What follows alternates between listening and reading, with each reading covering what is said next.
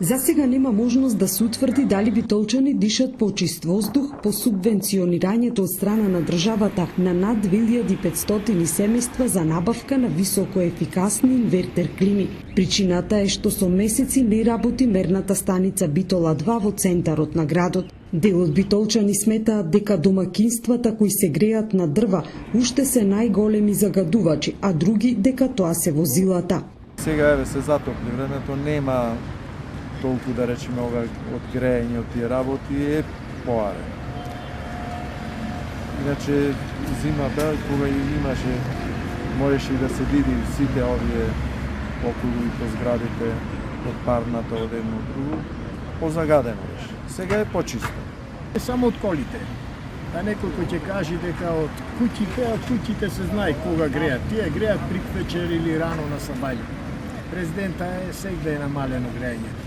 Субвенционирањето на клима инвертерите како еколошка мерка беше во 2020 година, кога локалната власт беше предводена од СДСМ. Средствата беа обезбедени од СМ со цел да се намали бројот на домакинства кои се греат на дрва, чие согорување ја загадува животната средина.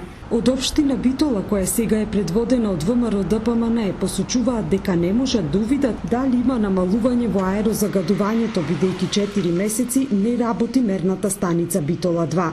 Станицата е во надлежност на Министерството за животна средина. Во изминатиот период неретко се случуваше таа да не работи. Одговорот на надлежните беше дека се работи за дефект и дека ќе биде отстранет. Драган Велјанов од платформата Земи Здив вели дека нивните податоци покажуваат намалување на концентрациите на PM честичките во воздухот, но тешко е да се направи реална проценка, зашто двата периода пред и по климите треба да бидат со идентични климатски услови.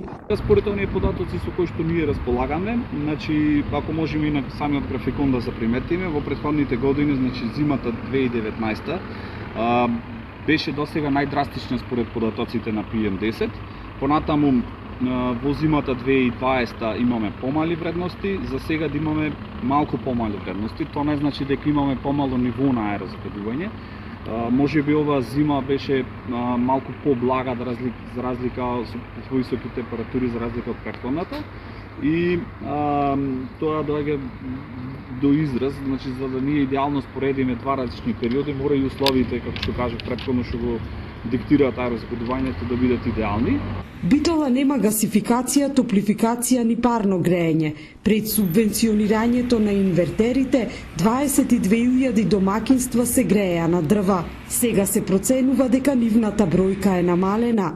Но и оваа година во предпријатијата кои дава огревно дрво со исплата на рати е голема навалица.